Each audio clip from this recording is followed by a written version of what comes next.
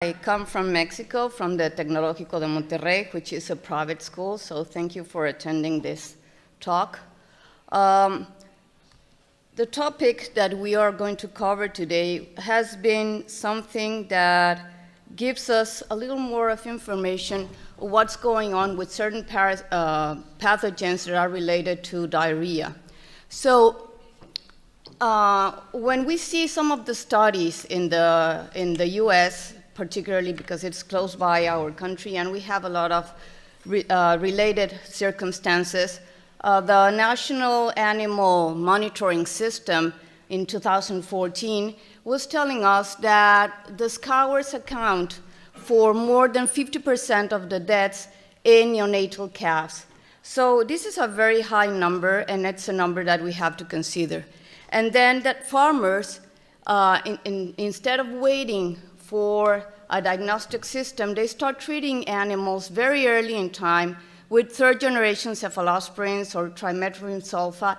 And as Dr. Gomez stated in her previous talk, she was telling us how this can be damaging to the microbiota. So this is something that we have been worried about. Why start treating these animals without knowing what are we treating them for?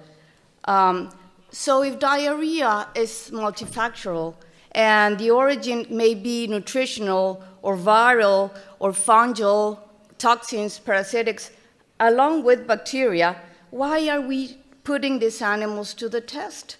Aren't we doing a little more damage than really helping them out?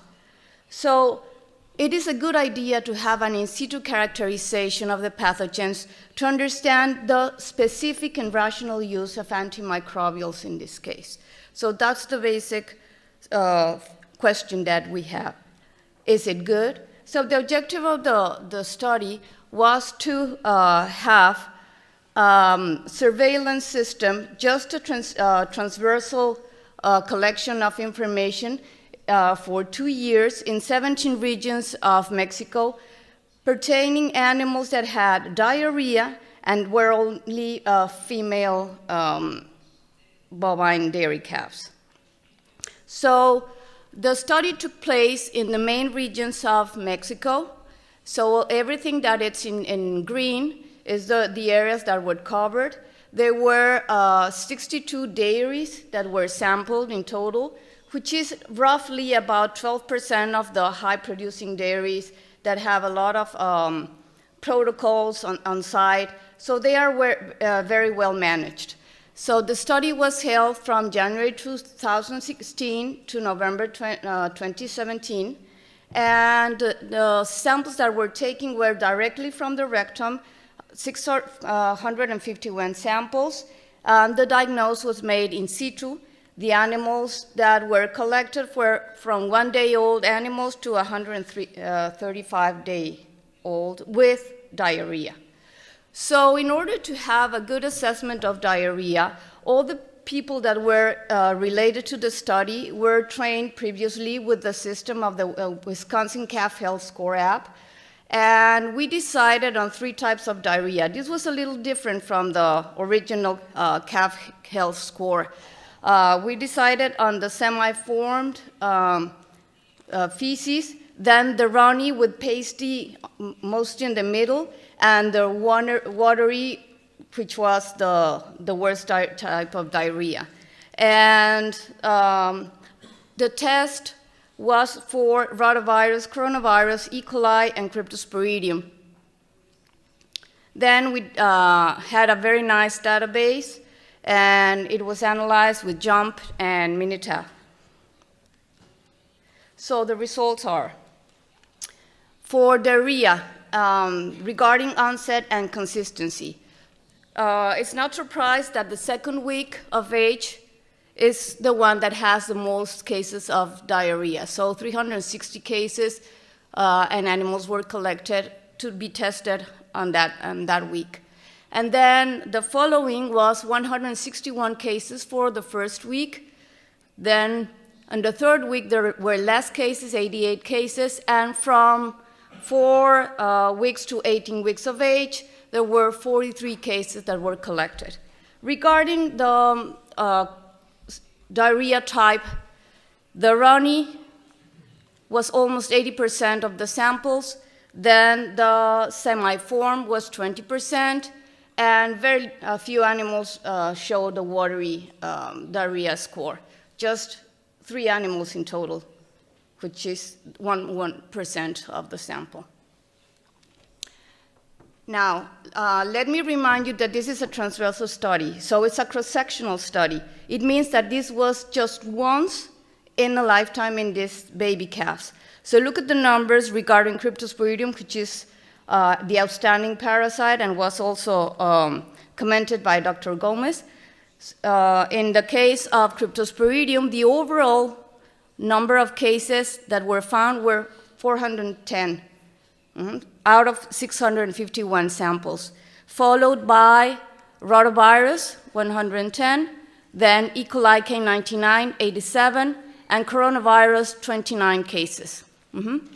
And regarding that second week of age, which is the most important one in a calf's life, beyond the perinatal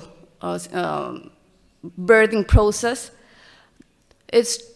Cryptosporidium was the highest, 271 cases, and this was highly statistical, differently from the rest in non-parametric statistic process that we did, then followed by rotavirus, 61% of the cases, E. coli, 59.7% of the cases, and coronavirus, almost 40%. Now, regarding coronavirus, we are still uneasy with the test, and what is showing us regarding coronavirus, maybe it's just testing one of the pathogens. We are not sure how this test is developed. There are monoclonal antibodies, and they seem very strict on the process. So we don't think that that number is representative of what coronavirus is doing in the calf at this point in time. So regarding some of the specific areas that we tested, coronavirus was the least present, as I already said, being in Veracruz and Sonora, which are very different climates, one from the other. This one is very humid and warm, and this is warm and dry. This was 33% of the animals showed coronavirus. Then E. coli K99, which was not that high. I expected a higher number in this case, 67% in Veracruz and 56% in Mexico State, which is around Mexico City. There are still dairies around there. And rotavirus was very high also in Veracruz, 67% with 35% in Durango. Again, very different climates, the humid, warm climate and the dry, warm climate, and in total 70.1% average. And Cryptosporidium, which was the highest, and it was always present in the dairies. So the 62 dairies that were sampled, Cryptosporidium was leading the pathogenic problem. So 100% in Veracruz, which is very high, and this is a one sampling condition.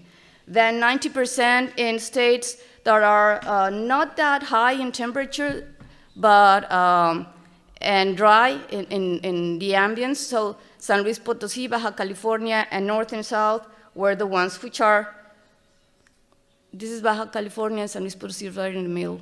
Okay, so this is Veracruz, right beside the Gulf of Mexico. And this is outstanding because these animals are really different from the rest. These animals are under grazing conditions in this humid environment, and the calves are along with the calves, so they commingle together. So there's, that's the reason why these animals have much more pathogens than the rest of the group. In 90.7% of the cases, no pathogens were diagnosed. So the conclusions. The most prevalent pathogen is and still is Cryptosporidium, and it's going higher and stronger.